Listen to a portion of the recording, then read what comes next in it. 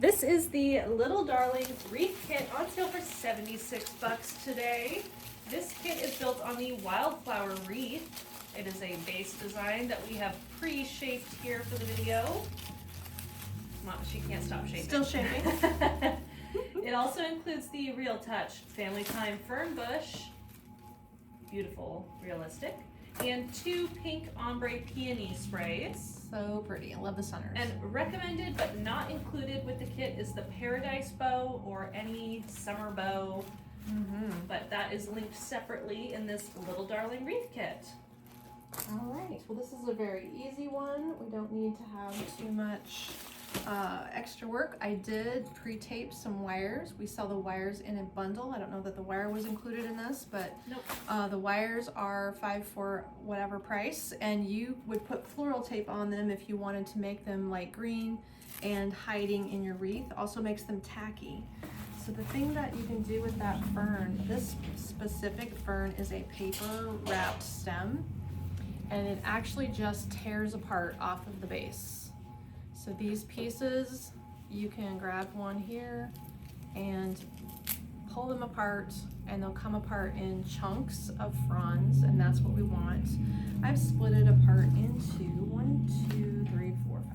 6 different chunks. And if your chunks start unwinding or you have these little rough wire edges, which it will, you can also do a little floral taping over the top of that to tidy that up before you use it in your wreath. And basically, you just arrange the ferns around the radius of the wreath, and like an earlier wreath design, this structure has horizontal bands of wire. Do you see them here? That horizontal band of wire is a great spot to insert your stem right behind that wire, right here. So that's what I'm aiming for, and if you have those taped and ready to go, so they're nice little 1-inch stem ends, that will, with a dot of glue, go right behind the wire for you and make it all secure. So that's just an easy tip, is to aim for that spot. And then if you have any concerns about whether it's going to stay or not, you could always add an additional piece of wire over the top if you needed to. So I already kind of eyeballed where these go, but you might want to lay them out in advance and make sure you get your fern balanced before you start gluing. And this little guy wants to go back here harder. There we go. I've got glue, so I'm committed. Once I dip it in the glue, I've got to get it to stay. So that looks to me like the shorter the stem, the easier it is. Also, the thinner the stem, the easier it is. So that will give you a nice extra fullness to this wreath that it didn't come with. It has lots of leaves, but they're not fern-shaped leaves. So I think that the addition of the fern is a nice look for it. If you're fighting with any of it and you're not having luck inserting behind the wires, or it's not landing where you want to, just add wire to secure your pieces of ferns. No big deal. We have to wire the peony in anyway because it's a bigger stem, and that stem won't fit behind that little wire band that we're aiming for right now.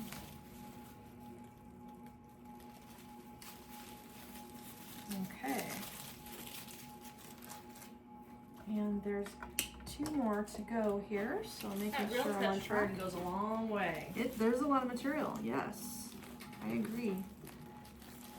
More than I thought. It stretches. Wherever you'll have a gap, that's where you could aim to put your bow too.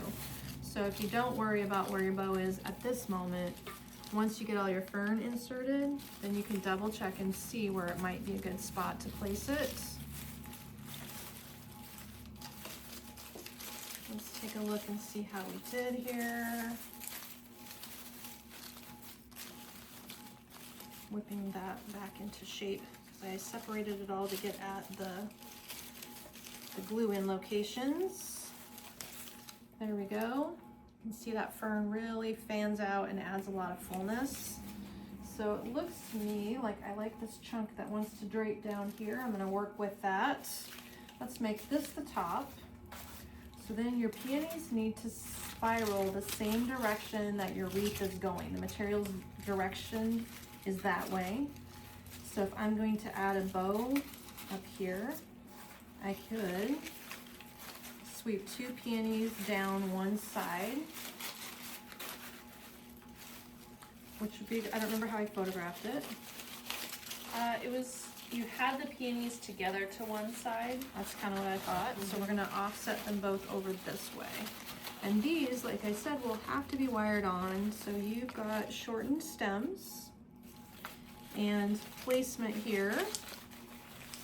Once you figure out where they go, we're just going to use some of our taped wire and put the wire over top of the peony stem. And it looks like, because the peonies are overlapping each other, at the point where the longest one is going underneath this short one, I can wire across both stems at once at one point here. And then I'll have to add another wire or 2 to secure it in another area. So wire is your friend, and a good pliers that you can tighten things together. I'm always using a pliers. I don't work my hands that hard and wire by hands. Okay, 2 wires will do it.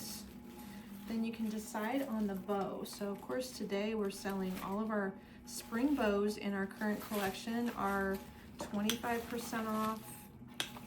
And if there's any everyday ribbon, it's on sale for this event. If you are grabbing any of our bolts ribbon from our online store, they are 10-yard bolts. In all the cases of our ribbon, the bolts are put up in 10 yards. Okay, and that is going to leave the perfect spot here for a bow, right up at the top.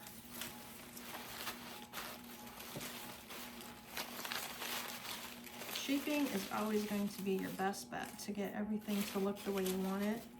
And I might spend more time shaping. Wow, beautiful. Let's see how it would look with the addition of that Very bow. tropical and summery. The paradise bow. Let's see if it goes into the spot I planned right up here. Optional, but I think it really balances out the peonies nicely, so you probably kind of need that little bow in there. Or something like it. Okay, sounds like an easy one to design. It designs itself. Fun, very simple little darling wreath kit.